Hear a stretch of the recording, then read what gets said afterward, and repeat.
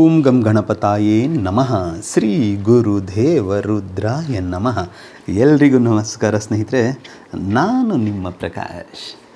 ಸ್ನೇಹಿತರೆ, ಇಂದು ನಾನು ನಿಮಗೆ ಒಂದು ವೈರಿ ವಶೀಕರಣ ಮಂತ್ರ ತಗೊಂಡು ಬಂದಿದ್ದೀನಿ. ಈ ಮಂತ್ರದ ಜೊತೆಗೆ ಯಂತ್ರ ಇದೆ. ಈ ಯಂತ್ರನ ಏನಾದರೂ ನೀವು ಬರೆದ್ರೆ ಸಾಕು, ಈ ಜನ್ಮದಲ್ಲಿ ನಿಮಗೆ ಶತ್ರುಗಳು ಅನ್ನೋರೇ ಇರೋದಿಲ್ಲ. ಅದು ಹೇಗೆ ಏನು ನಾನು ತಿಳಿಸ್ಕೊಡ್ತೀನಿ. ಅದಕ್ಕೂ ಮುಂಚೆ ಇಲ್ಲಿ ತನಕ ನೀವು ಕಾಳಿ ಭಗವತಿ ವಶೀಕರಣ ಚಾನಲನ್ನು ಏನಾದರೂ ಸಬ್ಸ್ಕ್ರೈಬ್ ಮಾಡ್ಕೊಂಡಿಲ್ಲ ಅಂದರೆ ಸಬ್ಸ್ಕ್ರೈಬ್ ಮಾಡಿ, ಲೈಕ್ ಮಾಡಿ, ಶೇರ್ ಮಾಡಿ, ಹಾಗೆ ಬೆಲ್ ಐಕಾನ್ ಬಟನ್ ಪ್ರೆಸ್ ಮಾಡೋದನ್ನ ಮರಿಬೇಡಿ. ಏಕೆ ಅಂದರೆ ಮುಂದೆ ನಾನು ಏನು ವೀಡಿಯೋಸ್ ಬಿಡ್ತೀನೋ ಅದು ಎಲ್ಲರಿಗಿಂತ ಮುಂಚೆ ನಿಮಗೆ ಬಂದು ಸೇರುತ್ತೆ. ಸ್ನೇಹಿತರೆ, ಏನು ವೈರಿಗಳು ಯಾರಿಗೆ ತಾನೇ ಇಲ್ಲ ಹೇಳಿ. ಈಗ ವೈರಿಗಳು ಒಂದು ಆಫೀಸ್ಗೆ ಹೋಯ್ತು ಅಂದರೆ ಆಫೀಸ್ನಲ್ಲಿ ಬಾಸ್ ಇರ್ತಾರೆ, ತುಂಬ ಇರಿಟೇಟ್ ಮಾಡ್ತಾ ಇರ್ತಾರೆ. ಅದು ಬಿಟ್ಟರೆ ನಿಮ್ಮ ಮೇಲಾಧಿಕಾರಿಗಳು ಅಂದರೆ ಯಾವುದಾದ್ರೂ ಒಂದು ಕೆಳಗಡೆ ಇದು ಸೂಪರ್ವೈಸರ್ ಇದ್ದರೆ ನಿಮ್ಮ ಮ್ಯಾನೇಜರ್ ಇದ್ದರೆ ಎಮ್ ಡಿಗಳು ಇಲ್ವಾ, ಅದಕ್ಕಿಂತ ಮೇಲ್ಪಟ್ಟವರು ನಿಮಗೆ ಟಾರ್ಚರ್ ಕೊಡ್ತಾ ಇದ್ದರೆ, ಇಲ್ಲ ಅಕ್ಕಪಕ್ಕದ ಮನೆಯವರು ಏನಾದರೂ ಹಿಂಸೆ ಕೊಡ್ತಾ ಇದ್ದರೆ, ಇದು ಒಂದೇ ಒಂದು ಯಂತ್ರನ ನೀವು ಬರೆದ್ರೆ ಅವರು ನಿಮ್ಮ ವಶ ಆಗಿಬಿಡ್ತಾರೆ. ಏನು ಮಾಡಬೇಕು?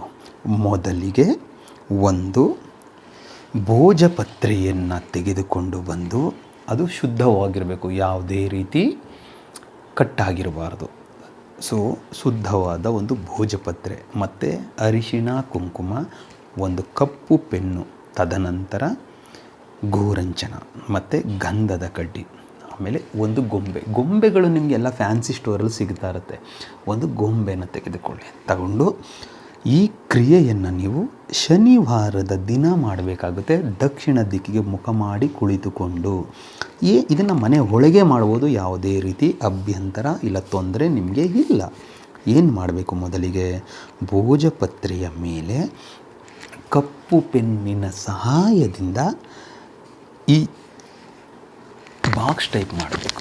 ಏನು ನಾನು ಯಂತ್ರ ಬರೆದಿದ್ದೀನೋ ಅದನ್ನು ಬರೆದು ಎರಡೂ ಕಡೆ ತ್ರಿಶೂಲ ಇಟ್ಟಿದ್ದೀನಿ. ತ್ರಿಶೂಲವನ್ನು ಬರೆದು ಬಾಕ್ಸಿನ ಒಳಗಡೆ ಬೀಜಾಕ್ಷರ ರೀಂ ರೀಂ ರೀಂ ಈಂ ಬರೆದು ಅದರ ಕೆಳಗಡೆ ಅಮ್ಮುಕಿ ಅಂತ ಇದೆ. ಆ ಜಾಗದಲ್ಲಿ ಯಾವ ವೈರಿಯನ್ನು ವಶ ಮಾಡ್ಕೊಳ್ಬೇಕು ಅಂದ್ಕೊಂಡಿದ್ದೀರೋ, ಯಾವ ಶತ್ರುವನ್ನು ನಿಮ್ಮ ಮಾತು ಕೇಳೋ ಥರ ಮಾಡಬೇಕು ಅಂತ ಅಂದ್ಕೊಂಡಿದ್ದೀರೋ ಅವರ ಹೆಸರನ್ನು ಬರೆಯಬೇಕು. ಬರೆದು ಆದ ಮೇಲೆ ಅದಕ್ಕೆ ಅರಿಶಿಣ, ಕುಂಕುಮ ಮತ್ತು ಗೋರಂಚನ ಇಷ್ಟನ್ನು ಹಾಕಿ ಗಂಧದ ಕಡ್ಡಿಯಿಂದ ಪೂಜೆ ಮಾಡಿ ಮುಗಿದ ಮೇಲೆ ಏನು ನೀವು ಗೊಂಬೆಯನ್ನು ತೆಗೆದುಕೊಂಡು ಬಂದಿದ್ದೀರೋ ಆ ಗೊಂಬೆಯ ಹೊಟ್ಟೆಯ ಒಳಗಡೆ ಅಥವಾ ಎದೆ ಭಾಗದಲ್ಲಿ ಎಲ್ಲಾದರೂ ಎದೆಯ ಒಳಗಡೆ ಈ ಯಂತ್ರವನ್ನು ಹಾಕಿಬಿಡಿ. ಹಾಕಿ ತದನಂತರ ಆ ಗೊಂಬೆಗೂ ಕೂಡ ಪೂಜೆಯನ್ನು ಮಾಡಿ. ಇಷ್ಟು ಏನು ನೀವು ಯಂತ್ರ ಬರೆಯೋದ್ರಿಂದ ಹಿಡಿದು ಗೊಂಬೆಯ ಒಳಗಡೆ ಆ ಭೋಜಪತ್ರೆಯನ್ನು ಫೋಲ್ಡ್ ಮಾಡಿ ಎದೆಯ ಒಳಗಡೆ ಇಡ್ತಿರೋ ಅಲ್ಲಿಯ ತನಕ ಒಂದು ಮಂತ್ರ ಹೇಳ್ತೀನಿ. ಈ ಮಂತ್ರವನ್ನು ನೀವು ಪಠನೆ ಮಾಡ್ತಾನೇ ಇರಬೇಕು. ಎಲ್ಲ ಮುಗಿದ ಮೇಲೆ ಆ ಗೊಂಬೆಯನ್ನು ತೆಗೆದುಕೊಂಡು ಹೋಗಿ ಸ್ಮಶಾನದಲ್ಲಿ ಮಣ್ಣಿನಲ್ಲಿ ಹೂಳಿ ಬರಬೇಕು.